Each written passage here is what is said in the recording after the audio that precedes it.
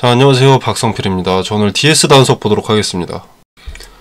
자, 일단 중국의 수입 업체들이 주요 원자재인 미국산 구리 스크랩 수입을 중단하고 있는 것으로 나타났습니다. 자, 트럼프 대통령은 미국과 이제 중국 간의 무역 갈등이 심해지면 높은 관세를 때릴 가능성이 높기 때문인데, 자, 미국이 높은 관세를 때리면 어떻습니까? 중국도 보복 관세가 나올 가능성이 높아지기 때문에 관련 업계에서는 일단 미국산 구리 스크랩 구매를 중단을 하고 있는 겁니다. 자, 참고로 이 트럼프는 모든 중국산 수입품에 60% 관세를 부과하겠다고 언급한 적이 있습니다. 그죠? 그리고 트럼프 1기 때도 중국과 미국이 무역 전쟁을 벌이면서 미국산 구리 스크랩에 25%의 관세를 부과한 적이 있습니다. 자, 이게 어떤 도움이 되냐면, 자, 일단 관세가 높아지면 수입에 차질이 생길 수밖에 없겠죠. 그러면 구리값이 오르게 될 겁니다. 구리값이 오르면 어떻습니까? 제품 가격에 반영이 되겠죠. 그리고 이제 확보하고 있는 구리 자산이 있을 겁니다. 기업별로. 자, 그 구리 자산 평가액이 늘어나기 때문에 실적 개선에 도움이 되는 겁니다. 자, 이건 기업의 사업 현황에 대한 내용이고, 사실 DS 단석의 현 수급에 크게 중요하진 않습니다. 그죠? 현 DS 단석에 자금이 크게 몰리고 있는 것은 바로 무상증자 때문이죠. 자, 그래서 오늘 무상증자에 대해서 좀 살펴볼 텐데, 영상 시청 전에 구독과 좋아요 부탁드리겠습니다. 자, 일단 무증의 내용을 보면 신주의 수가 상당히 많습니다.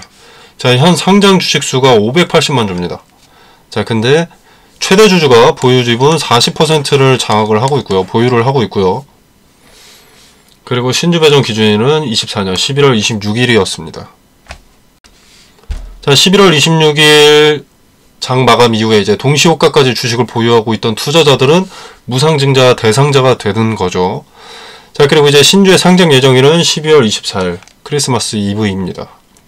자, 공휴일 전날 상장이 되는 거죠. 자, 근데 여기서 가장 중요한 포인트는 권리공매도라는 것입니다. 자, 권리공매도가 뭐냐? 권리공매도라는 것은 신주의 상장 2거래일 전 신주를 미리 거래할 수 있는 것을 의미합니다. 즉 2거래일 전인 12월 20일부터 정규장에서 신주를 거래를 할 수 있다는 거죠. 자, 요날 상장인데 2거래일 전 23일, 20일 이렇게 돼서 이 DS 단석의 무상증자는 이날부터 거래가 가능해지는 겁니다. 20일.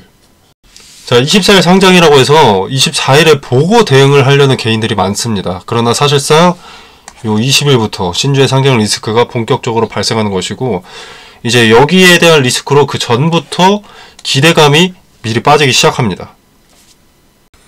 자, 그리고 특히 신주에 대한 권리는 11월 26일 날 이미 마무리가 되었기 때문에 기존 보유 주식 9주는 내다 팔아도 무증 신주는 받게 되는 거죠. 자, 그래서 11월 26일 자, 요때부터 변동이 심한 겁니다. 자, 11월 26일은 고점에 위치하고 있음에도, 주가가 단기적으로 고점에 위치하고 있음에도 불구하고 무증을 받기 위해서 매수자가 많이 나오기 때문에 단타들이 많이 들어와서 이런 변동이 나오는 거고요. 자, 그리고 신주의 배정 기준일이 지난 27일부터의 상승세는 세력의 계획이라고 봅니다. 자, 물론 거래 대금은 동반이 됐습니다. 대량 거래를 동반한 상승이 나왔지만, 자, 이것은 주가가 고점에 머물게 하기 위한 계획으로 판단이 됩니다. 자, 전날 시간에부터 작업을 통해서 자, 시작부터 시가부터 갭으로 띄워서 급등을 시키고 개인들의 매수세를 부추겼고, 그걸로 주가 상승시키고 이렇게 추세를 유지하다가 고점에 구조 팔아 넘기고, 이제 신주는 권리공매도에 팔아 넘길 가능성이 높습니다. 권리공매도일에 매도세가 나오지 않더라도, 자, 무상증자라는 자체가 기업의 가치를 변화시키는 것이 아니기 때문에 무증에 대한 기대감은 싹 빠질 수밖에 없습니다. 자, DS 단석의 상승세를 보면 요때부터 시작인데, 날짜가 24년 10월 28일이죠. 자, 근데 이때의 상승세는, 자, DS 단석 미국서 초대박 쳤다, 바이오 항공유 원료 1조 공급, 이런 뉴스로 뜬 겁니다. 자, 근데 자, 11월 11일부터는 무상증자 기대감으로 떴습니다. 이날부터는 무상증자 기대감으로 떴다는 거죠. 자, 이 자리가 무중에 거품이 빠지면 돌아갈 자리라는 겁니다. 자, DS 단속이라는 기업의 가치가 이 자리가 맥시멈이다 라는 것은 아닙니다. 하지만 단기적으로는 이 자리 이상은 무중으로 발생한 거품입니다.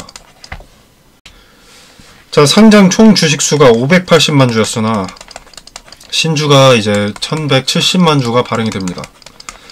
자, 신주가 발행 주식 총수의 2배나 되기 때문에 주당가치 희석의 리스크도 큰 겁니다. 자, 소주에다가 물을 조금 탄 것도 아니고 소주보다 물이 많아지는 겁니다. 얼마나 밍밍해진다는 겁니까? 그죠? 자, 무중거품이 빠지는 것은 당연하고 반드시 발생할 일입니다. 부정한다고 주가 오르는 거 아니고요. 부정하면 할수록 눈만 머는 겁니다.